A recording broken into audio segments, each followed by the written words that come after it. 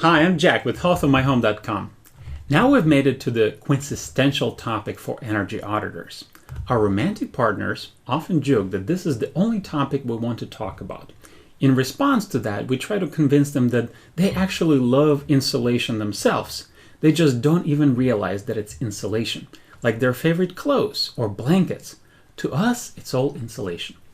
Insulation is something that makes such a huge difference in how our houses feel and perform, and yet doesn't get the credit it deserves. Most people don't seem to have much appreciation or understanding for insulation, for how it works, how much of it they need, and what types are best for what purpose. Let's try to fill the voids on the basics. All the insulations we can divide into two types, compressible or non-compressible. In most houses, we only see soft insulation. I like to call it the fluffy stuff, compressible. So let's look into it further. Most common are these three materials: fiberglass, cellulose, and rock wool. Okay, in reality, this breakdown is more like this. Fiberglass is dominating in popularity. Cellulose has a good share too. Rock wool is not as common as it probably deserves to be. If you're expecting that I'm about to dump a whole bunch of data about each one of them, I'll spare you that torture. Instead, I'll make your life easier by saying that for the purposes of most laymen, they all insulate just about the same.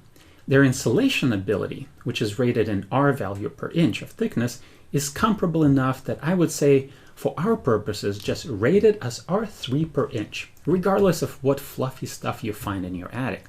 So if you find 2 inches in there, it's R6. If you find 10 inches, it's R30.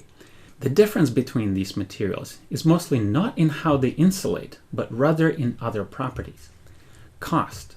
Fiberglass and cellulose are the cheapest. Therefore, they're the most popular. Let me stop on this subject for a little bit. Insulating industry has been primarily driven by simple price war. Unfortunately, it pretty much never happens that, let's say, people who just bought a brand new house are calling the builder and are demanding insulation to be improved. I've worked quite a bit with new construction and have found huge insulation issues, like, for example, an attic that was left uninsulated. But no homeowner ever called them out. Instead, it's the heating contractors who are called. In that example with the uninsulated attic, if I did not discover it, they would probably end up spending $8,000 on a separate heater for their upper floor and kept on spending a ton of money on heating and cooling it all the time and still not be comfortable. Maybe I'm a little idealistic, but I would love to see the shift in our level of education about insulation. I want us to be able to value it, pay more for a well-done job, and call insulators out if they mess up. Up until now, they've been really disconnected from the feedback about the quality of their work. They're usually just a subcontractor who wins jobs based on the lowest price and too often do a subpar work because they're not compensated for anything better. Okay, back to the cost of insulation. Fiberglass and cellulose are the cheapest, and therefore we see them all around. Fortunately for us, in this case, while they're the cheapest, it doesn't mean that they're the worst. Their popularity is well deserved, and I don't think there is anything inherently wrong with them. Fiberglass is literally a bunch of super thin strands of glass that looks like cotton candy. It can be in fluffy blown-in form or come in bats. Bats are easy to buy and install without the need to deal with blowing machine and hoses. But the problem with bats is how often they are not installed correctly. Fiberglass's advantage is in the fact that it doesn't provide any food for mold growth. If it gets wet, it will dry out and be okay. And it can be used pretty much anywhere. However, it's not as good as resisting fire as cellulose or rock wool. And also it gets some bad PR when in California they mandated that fiberglass insulation carry warning labels that it might cause lung cancer.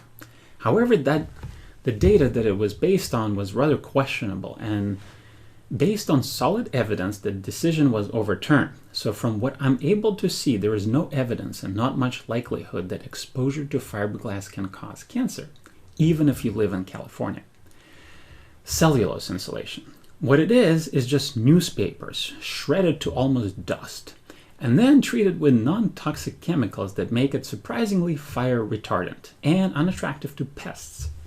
Your house would do significantly better in the event of a fire if it was insulated with cellulose as opposed to fiberglass, which is a little counterintuitive since it's just newspapers. But it doesn't do as well with moisture. It will take longer to dry, it'll stick together and lose a lot of insulation value after it dries back up. Insulation installers usually are not thrilled about cellulose because of how much dust it creates when being blown in. It's really hard to see anything when insulating an attic with it. Where cellulose is used the most is in insulating walls by blowing them in at high pressure. That's a great application for it. Rock wool. This one I personally love because of what it is and how fireproof it is. What it is strains of molten rock, just like fiberglass, but instead of melting glass, they melt actual rock. It requires super high temperatures and therefore it's more expensive than fiberglass, but it is pretty much fireproof. I really like this insulation for using to insulate around heat-producing things, like hot flues, for example. It does have another downside besides its price.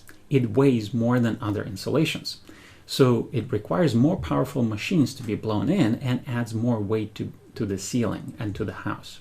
Rock wool also comes in baths as well as the blown-in version. They now market it as acoustical insulation and don't even bother stating the R value on the package.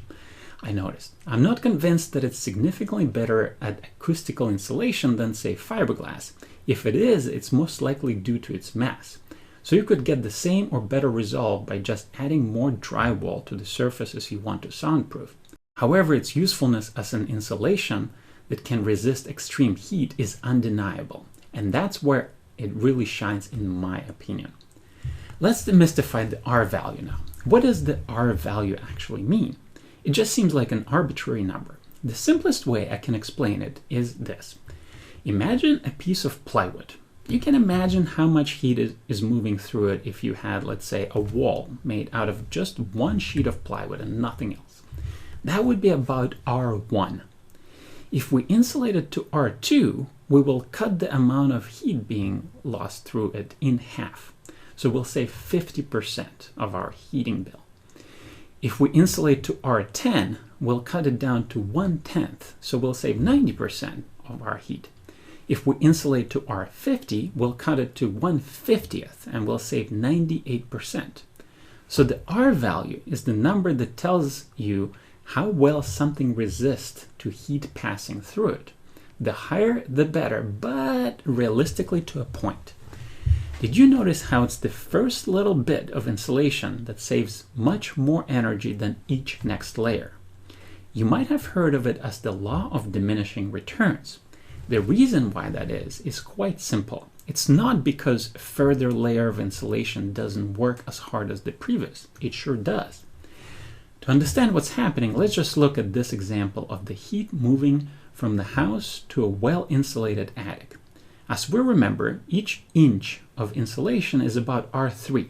So for illustration's sake, let's say it cuts down the heat moving through it by the factor of 3. That means that the next inch is only getting 1/3 of the heat that previous inch received, and so on. So the 10th inch works just as hard as the first one, cutting down on the heat moving through. It's just that it doesn't get that much heat to begin with. It's just not reaching it. There is a huge difference between having any amount of insulation and not having any. But if you already have a decent amount of insulation, let's say your attic is at R30 and you decide to double it and go for R60, you will probably not notice a difference. Because of this phenomenon, there is a reasonable amount of insulation that makes sense to install in each case based on the climate and application. Sure, more is generally better, but we need to be cognizant of benefits and added cost of trying to super insulate. It does make sense to do it in some cases, but I see some people who turn it into religion and forget to do a cost-benefit analysis. Passive house is not always the right solution for every single house, yet we certainly can significantly improve our current common building practices. While a lot of people who start realizing the importance of insulation just want to super insulate everything, I'd say that maybe an even more important task is to make sure that insulation does not have any holes and gaps. If you insulate your 1,000 square foot attic to R60, but then an electrician plows through it and leaves 20 square feet uninsulated, those 20 square feet will lose more heat than the whole rest of the attic combined. It's the voids and gaps in insulation that often dominate the heat loss in well-insulated houses. And fiberglass bats are usually the worst offenders. It's possible to insulate well using fiberglass bats, but in reality it's rarely done. It requires to be meticulous in filling all the gaps, cut out insulation to fit the shape of spaces, and not just bunch it into the opening. Here's an example of what the insulation was like in the attic of my own house when I bought it. I didn't touch it for this photo. This is how it was in there for decades. Want more examples? I see them every day. They aren't special. It's much more special when I see bats properly installed. It happened a handful of times in my whole career. Here are a couple of screenshots of ads I saw on my Facebook feed for something unrelated to insulation. But to me, it's interesting how they feature bad insulation installation and nobody even noticed or thought that it would reflect poorly on the product. This is how little awareness about quality of insulation we have as a society. You would not see an ad for sneakers with an overflowing garbage can in the background. But really crappy insulation? Easy. Now, let's look at foam insulation. This is usually what some people think about when they're thinking about high-performing houses and fancy new materials. Foam comes in two forms: ready-made boards of insulation, or foam board, and spray foam. That stuff comes out of two tanks that need to be mixed at correct ratio and temperature and is best left for professionals to handle. If you're wondering about the little cans of foam with a straw you can buy, that foam is not meant for insulation. It's rated at only R3 per inch. That stuff is made to seal holes. Foam has some major advantages and disadvantages. It provides higher R value per inch. Instead of R3 per inch, it's R5 for common blue or pink board, and gets as high as R7 for polyisofoam. You might hear claims of R8, but my understanding is it might be true only for the initial year or two before it off-gasses. For most of its life, that foam will provide an R value of R7. This is a substantial increase compared to the fluffy stuff, and real godsend for spaces that we need to insulate well, but there isn't much space. Foam insulation can also be used to air seal and provide structural strength. For example, if you're building a house in hurricane-prone areas, insulating the roof and walls with closed-cell spray foam will increase the strength of those structures by about 400%. That stuff is really tough. They make sailboats that cross oceans by putting the foam between two thin layers of fiberglass, and it provides most of the structural strength. So why don't we see more of it? Primary reason is price. Foam is easily 3 times as expensive as the fluffy stuff. It is also far less environmentally friendly, and if not done right, might off-gas toxic chemicals. Even if done right, there will be some off-gassing from what I understand.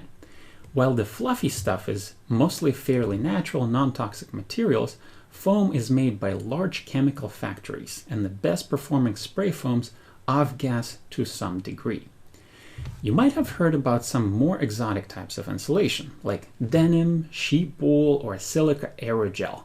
Maybe you've heard some claims of super duper qualities and how we should be using an X type for everything. Don't buy into the hype. I'm not aware of any fluffy stuff that has any remarkable qualities besides of what I've mentioned. And I'm not aware of any other insulation that we should be using more. Silica aerogel is certainly a phenomenal material, but we're unlikely to ever be using it in our houses, since right now the price of a tiny pea-sized piece is around $50. If there are any magic bullets when it comes to insulation, it's not the type of insulation. It's the boring advice of doing meticulous job and not leaving any gaps and holes. I know, this was a lot, but as I said, insulation is the favorite topic of people in my profession. Next, I want to talk about something that people were probably anticipating for a while now: windows. This was Jack with healthofmyhome.com. Thank you for watching.